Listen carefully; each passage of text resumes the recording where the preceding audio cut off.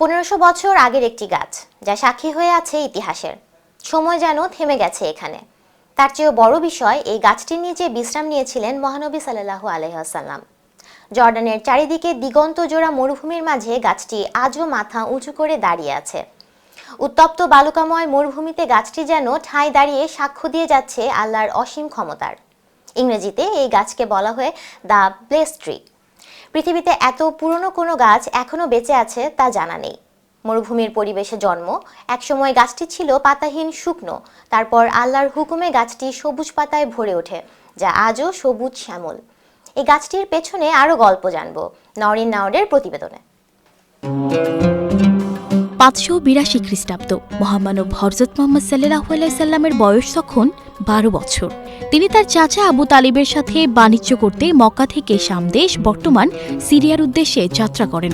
যাত্রাপথে তারা সিরিয়ার অদূরে জর্ডান এসে উপস্থিত হন। এই এলাকাটি তখন ছিল শত শত মাইলব্যাপী উত্তপ্ত বালুকণাময় মরুভূমি। চাচার সাথে রাসূল সাল্লাল্লাহু আলাইহি সাল্লাম মরুভূমি পাড়ি দিতে গিয়ে ক্লান্ত হয়ে পড়েন। তারা একটু বিশ্রামের সন্ধান করেছিলেন, কিন্তু আশপাশে কোনো গাছ বা ছায়া পাচ্ছিলেন না। তখন তারা কিছু দূরে পাতাবিহীন মৃতপ্রায় একটি গাছ দেখতে পেলেন। ওই গাছটির নিচে কেউ বসতে পারত না, কিন্তু কোনো উপায় না পেয়ে ক্লান্ত নবীজি ও তার চাচা মৃতপ্রায় পাতাহীন গাছটির নিচে বসেন বিশ্রাম নিতে।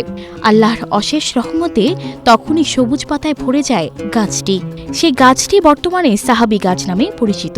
এই ঘটনা দূরে দাঁড়িয়ে জার্জিস ওরফে বুহাইরা নামে একজন খ্রিস্টান পাদ্রী সবকিছু দেখেছিলেন। আবু তালিব মুহাম্মদকে নিয়ে পাদ্রীর কাছে গেলে তিনি বলেন, তিনি কোনোদিন এই গাছের নিচে কাউকে বসতে দেখেননি। পাদ্রী আরও বলেন, গাছটি ছিল পাতাহীন, কিন্তু আজ গাছটি পাতায় পরিপূর্ণ। এরপর তিনি পাশে থাকা ছেলেটির নাম জানতে চাইলে চাচা আবু তালিব উত্তর দেন, মুহাম্মদ। পাদ্রী যথাক্রমে পিতা এবং মাতার নাম জিজ্ঞাসা করলেন। চাচা উত্তর দিলেন, আব্দুল্লাহ এবং আমিনা। বালক মুহাম্মদকে দেখে এবং তার পরিচয় শুনে দূরদৃষ্টি সম্পূর্ণ পাদ্রীর চিনতে আর বাকি রইল না যে এই সেই বহু প্রতীক্ষিত শেষ নবী মুহাম্মদ। চাচা আবু তালিবকে ডেকে পাদ্রী বললেন, তোমার সঙ্গে বসা বালকটি সারা জগতের সর্দার, সারা বিশ্বের নেতা এবং এই জগতের শেষ নবী। তিনি বলেন, আমি তার সম্পর্কে বাইবেলে পড়েছি এবং আমি ঘোষণা দিচ্ছি এই বালকটি শেষ নবী। আল্লাহ তাআলার ইশারায় সাহাবী গাছটি নবীজিকে নিরাপদ আশ্রয় দান করেছিল। আজও সেই গাছটি বেঁচে আছে। এই গাছটি একমাত্র জীবিত সাহাবী গাছ হিসেবে পরিচিত। এই গাছটির নিচে এর আগে কখনো কেউ বসতেও পারেনি। এই গাছটির অলৌকিকতা মনে করিয়ে দেয় সৃষ্টিকর্তা বলে একজন আছেন। তারই রহমতে বেঁচে আছে গাছটি।